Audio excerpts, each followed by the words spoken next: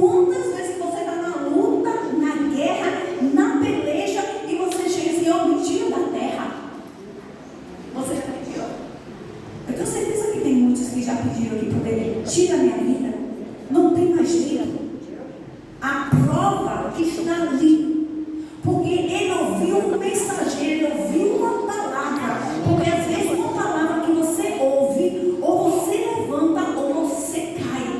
É por isso que a nossa boca, a boca do crente, tem que ser palavras para levantar o próximo, o outro, e não para matar. Porque quando Elias ouviu essa mensagem, Elias não teve coragem de prosseguir para avançar. Aquele homem é fenomenal, aquele homem poderoso, aquele homem cheio do poder, aquele homem cheio do Espírito Santo de Deus, que fez todo aquele profeta ser morto. Ele simplesmente fugiu de uma mulher. Fugiu de uma mulher. Aí eu te pergunto, você não teria coragem de fugir de uma ameaça? Vamos supor, tem uma facção de uma mulher que começa a te perseguir, um homem começa a te perseguir. E você já foi usado para Deus, como Deus usou Elias para usar para Acabe. Acabe não era para estar passando pelo que está passando, mas ele se juntou com aquilo que não agradava a Deus. E Deus usou o profeta simplesmente para dizer, ei, você vai ter que voltar para a presença do Senhor.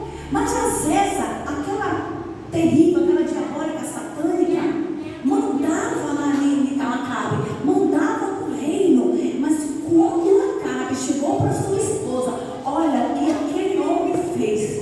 Você foi chamada, igreja, para exterminar, para destruir toda maldade maligna. Você foi chamado para destruir as fortalezas malignas. Mas você e eu, nós precisamos ter uma resistência. Porque muitas vezes eu peço, Senhor, eu quero a unção de Elias. Não quero que for mais de Elias. Eu quero a unção de Eliseu, porque é a unção dobrada.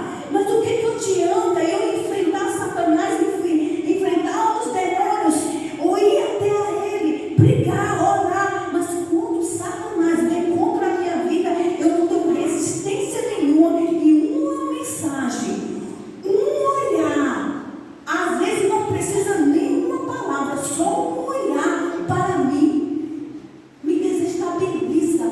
Foi o que aconteceu com o nosso irmão, cheio da unção, cheio do poder, mas apenas uma mensagem desestabilizou a fé daquele homem de Deus. E quantas vezes nós ouvimos situações que nós ficamos desestabilizadas, porque nós não somos super mulheres nem super homens, não tem ninguém. Porque a prova é que Elias era um homem temente ao Senhor, mas quando ele ouviu a voz de César, vou te matar. Se ele corresse para a presença do Senhor, mas ele correu para o deserto. Mas como o nosso Pai é cheio de compaixão, cheio de misericórdia, olha o que ele diz. Ele foi para o deserto, sozinho. Jesus, ele foi para o deserto, mas foi o Espírito Santo que levou para o deserto. Quantos de nós fomos para o deserto sem Jesus ter mandado? Aí Deus chega e diz assim, olha, no versículo 4, ele, porém, foi ao deserto, caminho de um dia, e foi sentar-se debaixo de um zimbro, e pediu para si a morte, e disse, já basta, ó Senhor. Se você for ler esse versículo, você pode colocar até para você mesmo, com raiva de Deus. Olha como ele diz aqui, a palavra, já basta, ó Senhor, toma agora a minha vida, pois não sou melhor do que meus pais. E deitou-se, gente, ele deitou-se e dormiu debaixo de um zimbro. Então o anjo tocou e ele disse, levanta, filho meu, e come. Deus é tão cheio de misericórdia com a gente, ele nos tolera de tantas formas, porque às vezes a gente está falando, eu não quero mais esse Deus, eu não quero mais ir para a igreja, eu não quero ver a cara desse irmão João, ai que João chato, não suporto ver a cara desse homem. Quantas vezes nós abrimos a nossa boca e falamos? E Jesus, com a sua compaixão, ele chega e diz assim, tá bonito. Ele deitou e dormiu, mas Elias, ele deitou com raiva. Ele deitou foi com ira.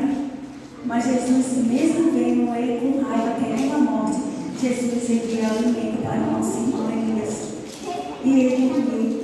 E ele deitou-se e dormiu debaixo do zinho. Então o anjo tocou e lhe disse: levanta-te e come.